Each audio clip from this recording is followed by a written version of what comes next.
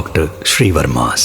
சாணக்கியா நேயர்களுக்கு வணக்கம். நாம மருந்து குழம்பு பார்த்தோம். அடுத்தாப்புல இந்த வாரம் நம்ம பார்க்க போறது ஒரு பாட்டி வைக்கிற வத்த குழம்பு.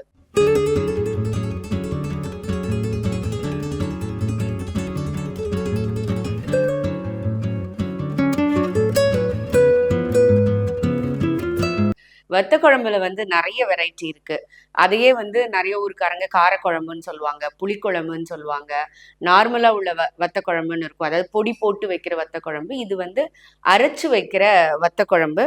ரொம்ப டேஸ்டியா, ஒரு யம்மியா, கிராமத்துல அவ்வளோ அழகா, வயலுக்கு வேலைக்கு போயிட்டு சாயங்கால நேரத்துல ஒரு அடுப்புல ரைஸ் வச்சாங்கன்னா இன்னொரு அடுப்புல இந்த குழம்பு எல்லாத்தையும் அரைச்சு கூட்டு வைக்கிறது அப்படின்னு சொல்லுவாங்க, கூட்டி செய்யறது அப்படின்ட்டு.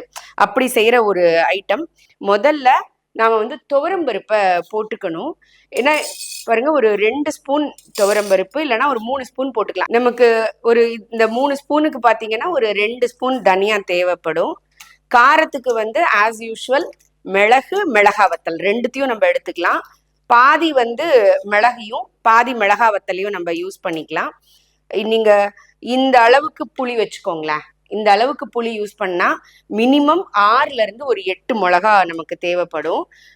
ஒரு இவ்வளவுதான். ஆக்சுவலா இத நல்லா வதக்கணும். இது அரோமா வரணும், செவக்கணும் அப்படிலாம் எந்த கணக்குமே கிடையாது. வெறும்னா இப்படி பெரட்டி விட்டுட்டு நான் 10 பல் பூண்டு எடுத்திருக்கேன். இந்த 10 பல் பூண்டுல 5 பல் பூண்டை அரைக்கும் போது சேர்த்து அரைக்க போறேன். அதை கட் பண்ணி வச்சிருக்கேன். 5 பல் பூண்டை இதோட சேர்த்து போட்டுட்டு 5 பல்ல குட்டி குட்டியா கட் பண்ணி நம்ம கொதிக்க வைக்கும் போது போட்டோம் அப்படின்னா லைட்டா வாயில நமக்கு அம்பிடும் போது வெங்காயமும் பூண்டும் நமக்கு நல்லா இருக்கும்.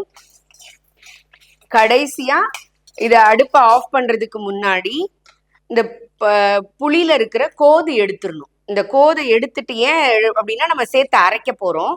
அரைக்கும் போது அந்த நார்லாம் இருந்துச்சு, கோது அப்படின்னா நார், ஊர்ல நம்ம கோதுன்னு சொல்லுவோம். அந்த நார் இருந்துச்சு அப்படின்னா நமக்கு நல்லா வராது அரைக்கிறதுக்கு. அவ்வளவுதான். அடுப்பை ஆஃப் பண்ணிட்டு இதை நம்ம ஆற வச்சு அரைச்சிட்டு தண்ணி வச்சு கொதிக்க வச்சுட்டோம்னா வத்த குழம்பு ரெடி. பாருங்க, நம்ம வறுத்த துவரம்பருப்பு, புளி, தனியா, மிளகு, மிளகா வத்தல் எல்லாத்தையும், பூண்டு கொஞ்சம் போட்டோம், புளி எல்லாத்தையும் சேர்த்து நல்லா அரைச்சாச்சு. அரைச்சது பாருங்க. அரைச்சிட்டு பாருங்க, நம்ம அரைச்சதுல நல்லா தண்ணியை கலக்கணும். தண்ணி கலந்து நம்ம தாளிச்சு இதை கொதிக்க வச்சோம்னா நம்மளோட அரைச்ச வத்த குழம்பு ரெடி. கிராமத்துல நல்ல சாயங்காலம் வேலைக்கு போயிட்டு சுட சுட அப்படியே சாப்பிடும்போது அவ்வளோ டேஸ்டா இருக்கும். ஏன்னா இதுலயே பூண்டு, வெங்காயம், மிளகு, மிளகா வத்தல் எல்லாம் சேர்ந்துருக்கு. எப்பொழுதுமே வத்த குழம்பு அப்படின்னாலே நமக்கு நல்லெண்ணெய் தான். நல்ல தாராளமா 3ல இருந்து 4 கரண்டி விடுங்க. 4 ஸ்பூன் நல்லெண்ணெய் விட்டு 1 ஸ்பூன் கடுகு போட்டுட்டு கொஞ்சமா வெந்தயம். ஏன்னா எப்போதுமே வெந்தயம் வாசனைக்கு, உடம்பு குளிர்ச்சிக்கு. ஆனா அதே இது கொஞ்சம் அதிகமாயிடுச்சு அப்படின்னா நமக்கு வாயில கசந்து மாட்டிக்கும். பாருங்க, நல்லா செவந்து கடுகு பொரிய ஆரம்பிச்சிருச்சு. அப்போ நம்ம எடுத்து வச்சிருக்கிற சின்ன வெங்காயம் எவ்வளோ சேர்க்கிறோமோ அந்த அளவுக்கு நல்லது நமக்கு. சின்ன வெங்காயம் நான் ஒரு 10 வெங்காயம் எடுத்து குட்டி குட்டியா கட் பண்ணி வச்சிருக்கேன். சின்ன வெங்காயத்தையும் பூண்டு, அந்த 10 பல்லு பூண்டுல 5 பல் பூண்டு சேர்த்து அரைச்சிட்டேன். மிச்சம் இருக்கிற 5 இதுல வச்சிருக்கேன். இது கொஞ்சம் வதங்கிருச்சுன்னு வச்சுக்கோங்களேன். நமக்கு கொதிக்கும் போது டக்குன்னு கொதிச்சு ஆஃப் பண்ணிடலாம். நம்ம இது சரியா வதங்காம நம்ம குழம்ப கொட்டிட்டோம் அப்படின்னு சொன்னா இது வேகாது, அது ரொம்ப வத்தி போயிரும், டேஸ்ட் கரெக்டா வராது. நம்ம இதுக்காக செவக்கணும்னு அவசியம் இல்லை. நல்ல ஓரளவுக்கு வெந்தா போறோம். நல்லா இப்ப வெந்துருச்சு. நம்ம அரைச்சு வச்சிருக்கிற இன்கிரீடியன்ஸை இதுல விடுறோம். மறக்காம செய்ய வேண்டியது என்ன அப்படின்னா உப்பு போடுறது.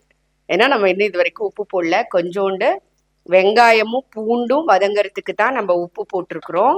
இந்த வத்த குழம்புல நாம மஞ்சத்தூள் சேர்க்கணும். இந்த இதுல ஒரு 1/4 டீஸ்பூன் சேர்த்தா போறோம்.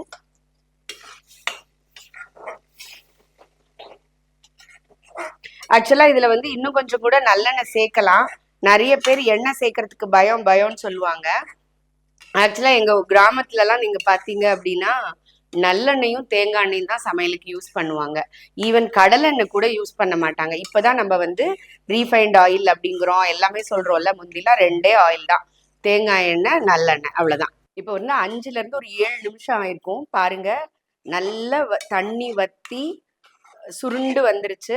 இந்த டைம்ல நாம கொஞ்சம் கருவேப்பிலையும் பெருங்காயமும் போட்டா வேலை முடிஞ்சது. நம்மளோட வத்த குழம்பு, அரைச்ச வத்த குழம்பு ரெடி. நிறைய போடணுன்றது இல்லை, பெருங்காயம் சும்மா ஒரு பிஞ்ச் அவ்வளோதான். கொஞ்சம் நம்ம முதல்ல கிண்டி விடுறோம் அப்படின்னா அடி பிடிக்காம இருக்கும். அவ்வளோதான், நம்மளோட கிராமத்து அரைச்சு விட்ட வத்த குழம்பு ரெடி ஆயிடுச்சு. சுட சுட சாதத்தோட போட்டு சாப்பிடுங்க. இந்த டே என்ஜாய் பண்ணுங்க. அடுத்த வாரம் இன்னொரு டிஷ்ஷோட உங்களை வந்து சந்திக்கிறேன். நன்றி, வணக்கம்.